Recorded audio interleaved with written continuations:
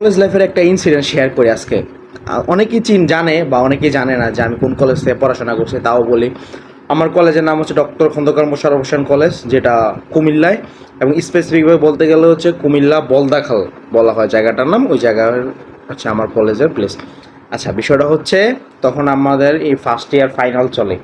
Inter first year ফাইনালের আগের দিনের ঘটনা। আমি আমার দুইটা ফ্রেন্ড, আমার স্পষ্ট মনে আছে, ইফতি ছিল প্লাস হচ্ছে শরীফ ছিল। ওদের সাথে একটা সেলফি তুলছি কলেজের করিডোরে। তো ওই সেলফির ক্যাপশন ছিল যে মজমাস্তি উইথ ফইন্নি, মজমাস্তি উইথ ফইন্নি। বিষয়টা বুঝেন যে আসলে কী লেখা ছিল।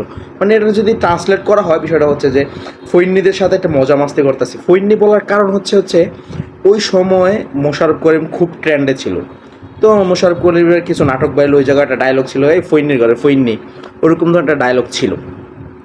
তো ওই ডায়লগের জোরে আমার টিচার, নাম বলবো না, উনি আমাকে নক দিছে রাত্রে। নক দেওয়ার পরে বলতেছে, হ্যাঁ সারোয়ার, তুমি কি আমাকে চিনতে পারছো?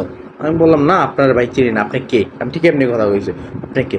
ও, তোমাদের এই স্যারের নাম শুনছো? আমাকে হ্যাঁ শুনছি। আমি তোমাদের এই স্যার। আমি সালাম দিলাম, আসসালামু আলাইকুম স্যার, কথা বললাম। তো তোমার এই পোস্টটা ডিলিট করো।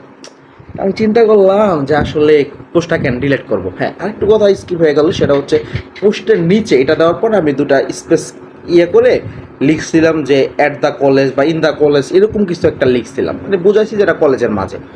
তো উনি আমার কথায় যেটা বলতেছিলাম ওইটা রাশি।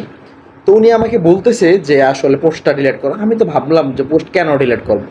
তো আমি ওই এমতো অবস্থায় কিছু বোঝার আগে আমি পোস্টটা ডিলিট করে রাখছি, একটা স্ক্রিনশট নিয়ে রাখছিলাম। হয়তো এই স্ক্রিনশটটা আমার কাছে এখন নাই, দেখাতে পারতেছি না। তো জাস্ট আমি ভাবছি জায়গায় শেষ। তো ওই দিন পরীক্ষা ছিল, প্রথম পরীক্ষা।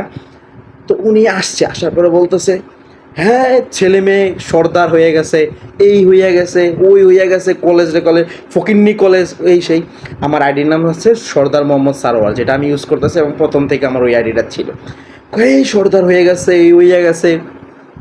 তো এক পর্যায়ে মানে উনি এমন এক হেনস্থ অবস্থা, তার এক টিচার বলতেছে যে এটা কে? ওই যে এই ছেলেটা যে পরীক্ষা দিতেছে, দেখেন এই ছেলেটা, কটা কাজ করেন, টিসি দিয়ে বের করে দেন।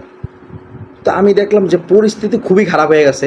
তো আমি ওই দিন করলাম যে 30 মিনিট আগে পরীক্ষা হল থেকে বের হয়ে গেলাম, কারণ বন্ধু বান্ধব আইসা মজা নিব, সবাই জানে বিষয়টা, আমি সবাই জানাই রাখছিলাম যে আসলে বিষয়টা এরকম এরকম হয়েছে। আমার কথা হলো যে আপনি আরেকটা কথা স্কিপ হয়ে গেল, সেটা হচ্ছে উনি আমাকে বলতেছে, না তোমাকে তথ্য মামলায় দিয়ে দেবো, তথ্য মামলায়। তুমি কীভাবে এই কথা বলতে পারো? তোমাকে তথ্য মামলায় দেওয়া হবে।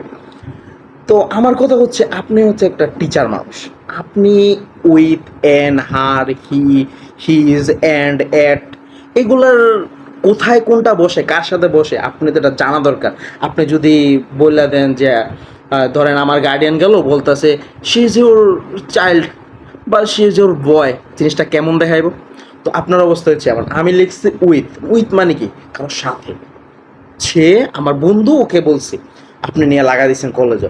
এমন গণ্ডমূর্খ, এমন গণ্ডমূর্খ টিচার কোনো কলেজে যাতে না নেওয়া হয়, যে কোনো ভেদ বিচার না করে ইয়ে করা হয়। এমন কোনো স্টুডেন্ট এই কথাটা শোনার পরে আপনার সুন্দর ভাষায় একটা গালি দেন নেই, এমন কোনো স্টুডেন্ট নাই। আর আপনি আমাদের 2019 ব্যাচের সাথে যা করছেন, আমাদের র্যাক ডে পর্যন্ত আপনি করতে দেননি। আমাদের র্যাক ডের সময় আপনি বাধা দিচ্ছেন। শেষ পর্যন্ত আমরা কী করছি, সবাই সবার যেহেতু প্ল্যান ছিল, ওই প্ল্যান অনুযায়ী কিছু মার্কার আনলাম, কিছু কলম তো সাথেই থাকে, মার্কার তো থাকে না সচরাচর স্টুডেন্টের কাছে। তো মার্কার আনলাম, তো সবার গায়ে সবাই লিখলাম, টি শার্টে লিখলাম, মানে যে পারি তা লিখলাম। কোনো আনুষ্ঠানিকতা ছিল না, একমাত্র কারণ ছিলেন আপনি আগাগোড়া সব জায়গায় প্যাঁচ লাগাইছেন। আপনার কারণে আমরা 2019 সালে যে বেস বেরোইছি, সবার মনে একটা ক্ষুব্ধ, মানে লুকায়িত একটা রাগ আছে আপনার উপর।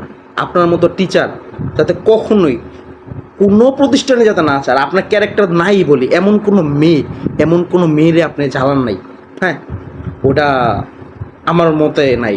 আমাদের ক্লাসেরও এমন কোনো মেয়ে আছে যার বাচ্চা হয়ে গেছে, হ্যাঁ, এখন 2-3 বাচ্চার মা আসে, আপনি ওর পিছু লাগছে।